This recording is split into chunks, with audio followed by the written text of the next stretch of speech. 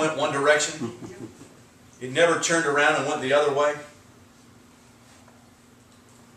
When the need was the other way, tough stuff, I got mine, you get yours. I know that attitude. Run into it in my life a few times. But you know what? It brought me to the place of, Lord, here I am. You know my need. You know what I need. You know where I'm going. You know what's going on in my life. Here's my heart. It's willing. You say go. You stir my heart within me, and whatever you do, whatever you say, I'm right there. I'll do it. The people, and they came, everyone whose heart was stirred, and everyone whom his spirit was willing, and they brought the Lord's offering to the work of the tabernacle.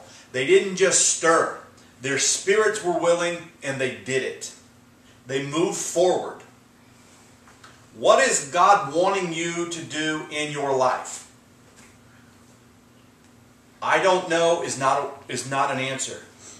Nothing is an answer. Or something is an answer. Because we've been in the place for a long time. God, what are you doing in my life? What do you want us to do? Nothing. Nothing. Nothing. We learned how to do nothing.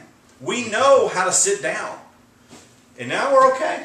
Okay, we're sitting down. Fine. Whatever you're doing, you're doing. Nothing is an answer.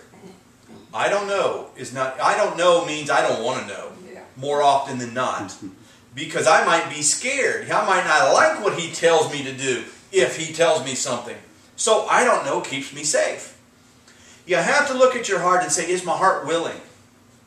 If it's willing, is it now stirring to do something? Or to do nothing? Or to be... Because the nothing is, something or nothing is, it's stirring to do the will of God. What He's put in me, what He's putting in me, what He's getting me ready to do. Because here, what was He doing? He was just getting something ready. He was getting ready to build the tabernacle. He wasn't actually doing something at that point in time. That was all preparation. Bring in the gold, bring in the silver, because we're going to need all this stuff to start covering things. When we build and we start to do something, it's got to be covered. You know, the Ark of the Covenant has to be covered in gold, and all this stuff has to go on.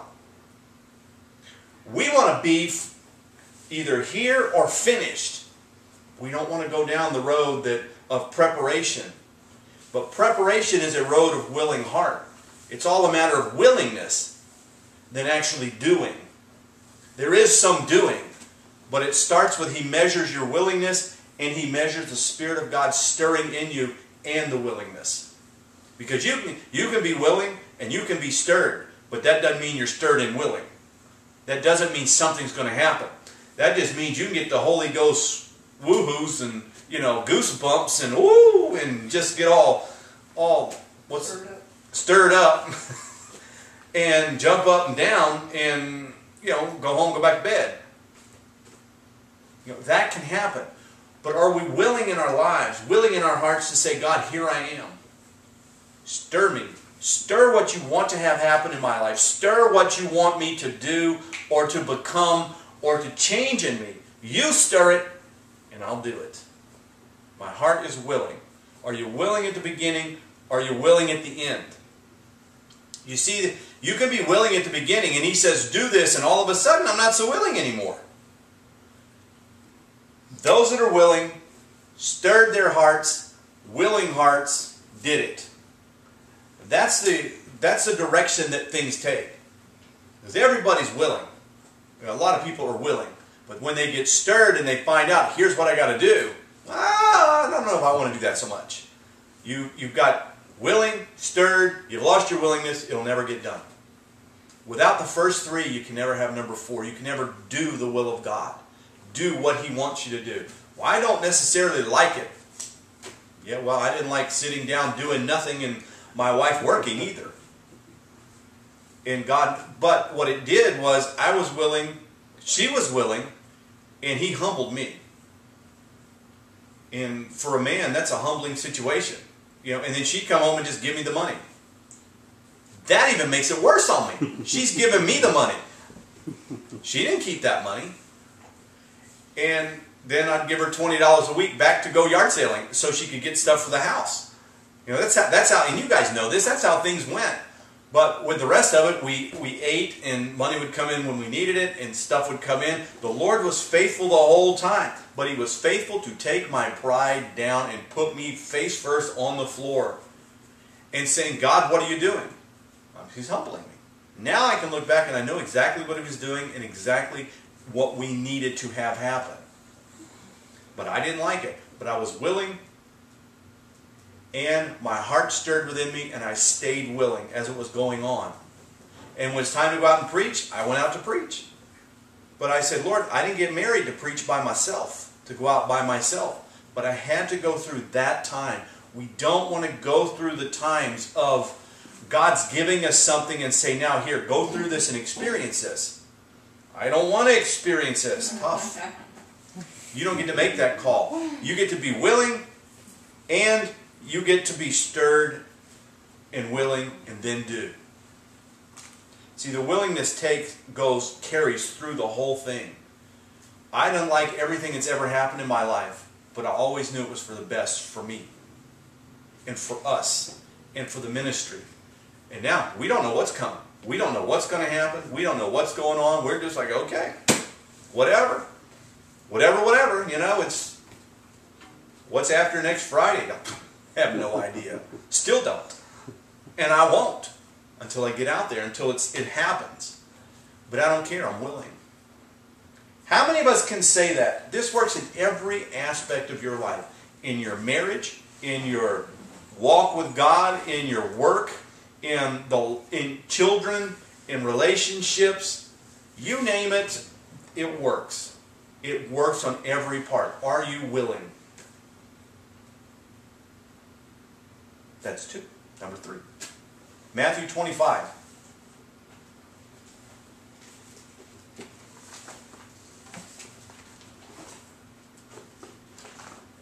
Call this the musings of a preacher today? Mm-hmm. Ramblings. The ramblings of a preacher.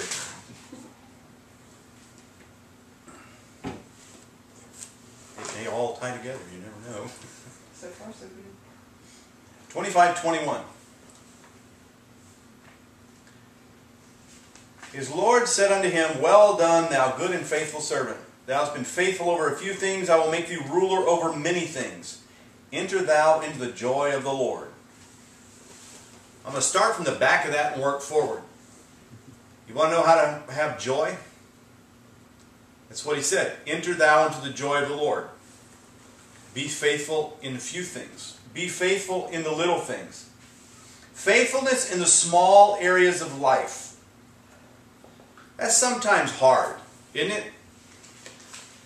Measure yourself for the next week. Measure yourself. Are we thankful or do we complain? Are you thankful or do you complain? In the situations that you're in, are you thankful that you're in those situations? Lord, you're teaching me. Or do you complain about it? Do we appreciate the things? Appreciate what we get to go through? Or do we object? I don't like this. I don't have to do this. I'm not going to do this. And Rosie and I were talking about this in the ministry. She's never complained. In life, I mean, you don't complain, but in the ministry, just particularly, she's never complained. We have stayed in some nasty hotels. Nasty. Nasty. One of them, the hurricane took down, you know, Katrina, it was Katrina, I think, came through and just washed it away. That washed the whole town away, and that one needed to be washed away. That it was that Indian? Yeah, that Indian hotel down south in Mississippi. The whole place smelled like curry. And if Dennis and Eunice are watching this, I'm sorry. But the place smelled like curry. The whole place. I mean, it smelled like India. It was nasty. It was dirty. And, you know, there's a few other places that she stayed and never complained. Not one time did she ever complain about it. And now we get to stay in nicer hotels. See, the thing was, faithful in little. Are you a good and faithful servant that you've been faithful in the little things, faithful over the few things? Look at your life. Well, I've just got little stuff. You know, I've just got a little bit. Are you faithful in that? Are you faithful to not complain? Are you faithful to have a joyful heart, to have a thankful heart, to have a life that appreciates what God has given you? She was always faithful. I mean, to never complain, never put it on me, never, you know, what kind of dump did you put me in? I didn't know either. You know, we just, oh, Lord. Don't put anything on the counter. Yeah, that's right. Don't put nothing down. We're going to sleep with our suitcases like this, you know. Something's going to crawl in. You just never knew. And I mean, I stayed in one out in Oklahoma, that in this little town that, how can I say it smelled like cat urine. And they didn't, in the summer, they didn't put the air conditioners on if you weren't staying in there. You know, if they didn't have the room occupied, there was no air conditioners on. It was old, early 70s. Yeah, you know, shag That's carpet. that one in Utah, up there by Idaho. Which one? A friend of Ed's. I don't remember that one. Oh, you could hear the TV through the wall. It Oh. smelled like cat urine. Oh yeah, no, this was worse. Okay. This was a different one. Yeah, I remember that. No, this was a different one. And this place you go in, you never stayed in this one. And you'd open the door and the smell would knock you down. I mean, you had to leave the door open and turn the air conditioner all the way up. This place we stayed, you could hear the guy's TV in the other room. You know, the walls were paper thin, and it's like, oh my goodness. But she never complained. And the Lord has blessed her and blessed us in that we've moved on. We don't have to stay in those anymore. And I was thinking, another example was me when I started out in the ministry. I had bad cars. I had to sleep in the car. I've slept in rest areas. You know, starting out in doing missions work, I've slept on air mattresses that one popped in the middle of the night. And so I was on a brick floor that was cold, and you know, I've slept on church pews, and you name it. And I never complained. I always knew the Lord's put me here. God has put me in this situation. Did I like it? Well, it wasn't the optimal situation. I wouldn't have picked it for myself, but I didn't complain. Because I wanted to be faithful in little. Faithful in the small things. Faithful with just a little bit of stuff. Are you faithful? If thou hast been faithful with a few things, I'll make you ruler over many things. Enter into the joy of the Lord. See, it just kind of says, as you're going through it, there's not always a whole lot of joy there. What are you going to do? Are you going to be faithful? Are you going to walk with God? Are you going to keep your attitude right? Are you going to have an attitude of a thankful heart that, Lord, you've put me in this situation. It's time to overcome. I don't like it. I don't like how things are working. I mean, it's not the best thing, but I'm just going to walk with you. And in time, what happens? He promotes you. Promotion comes from above. We don't make promotion happen. As a Christian, you don't make promotion happen. You don't get promoted out of a bad situation by yourself. Your job is to be a good steward, have a willing heart.